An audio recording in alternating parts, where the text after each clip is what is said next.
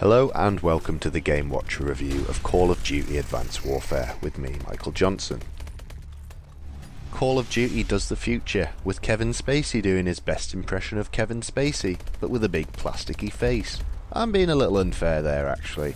One of the most immediately apparent things about Advanced Warfare is that the series has finally had a facelift, no doubt due to being a next-gen offering.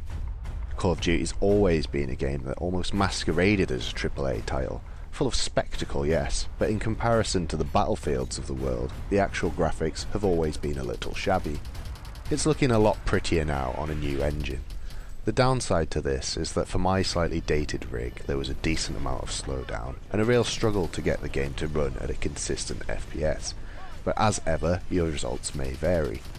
In terms of the single player, Advanced Warfare both sticks to the COD template while offering us its own gimmicks that change things up from the previous title.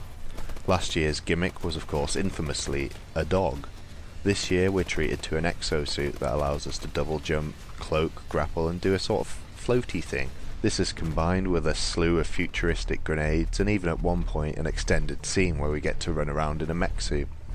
The exosuit and the grenades offer a pleasing amount of tactical flexibility. That has been something severely lacking in the series, which has generally seen you move forward 3 inches, shoot 7 guys, then move forward another 7 inches. Of course eventually you'll hit a giant set piece where you'd get to see one of your NPC allies do something badass. On rare occasions you'd even get to do something badass yourself. This time out you're pretty much always capable of doing something awesome, whether that's doing a painful looking air slam thing by boosting into a melee attack, or painting all of your targets red with a fancy grenade.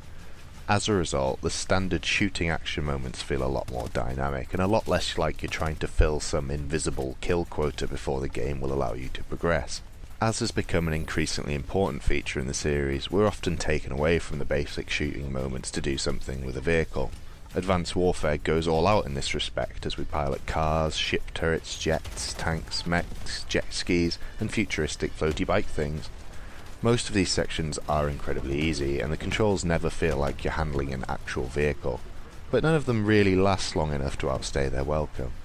They're essentially diversions, an excuse to show some cool shit and have things explode in a slightly different manner, and to distract us from the fact that the shooting has become a little repetitive. After all, we've been doing the same thing for around 7 years now. While that may sound overly critical, I actually think Sledgehammer have done a pretty good job of making the shooting feel fresh again. Sure, it's familiar, but the tools and tricks we're given combine with some interesting weapons to ensure that it doesn't ever get too repetitive. As such, I feel this is a major strength of this Call of Duty outing, and it's not to be de-emphasised. It's easy to be super critical of the Call of Duty games, but they kind of nailed the shooting this time around.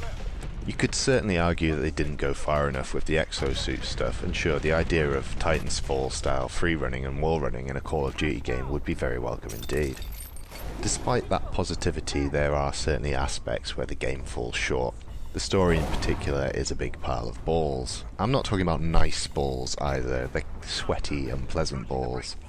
Every betrayal is obvious a mile away. You can tell within about 7 seconds of meeting someone whether a character will turn out to be good, bad, dead or irrelevant, because every character is the most obvious trope you can imagine.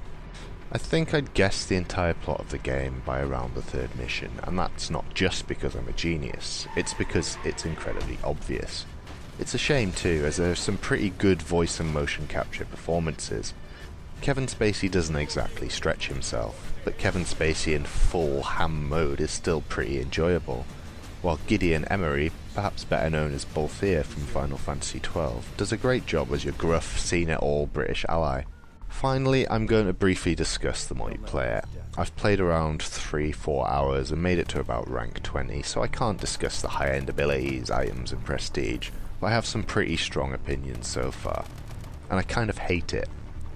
Call of Duty multiplayer has always been a twitchy affair, and I feel like the double jumping and mid-air strafing now makes it virtually impossible to predict your enemy movement.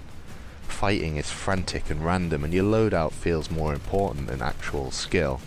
I've always favoured a high mobility silence kit in Call of Duty, but running around at high speed is basically asking for death now.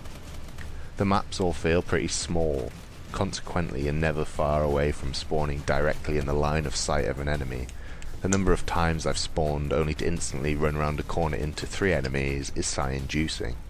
Perhaps there are new techniques and ways to play which I've yet to master, but as a former Call of Duty multiplayer addict, Advanced Warfare is doing very little to entice me back. Overall, I was pleasantly surprised by Advanced Warfare. Sledgehammer have done a good job of injecting real life into the core of the series, the shooting, to the point where I perhaps wish there had been fewer of the rather rudimentary vehicle sections. The story is unadulterated rubbish, and the multiplayer hasn't clicked for me personally, although I suspect that those whose reflexes have yet to atrophy will find more to enjoy there.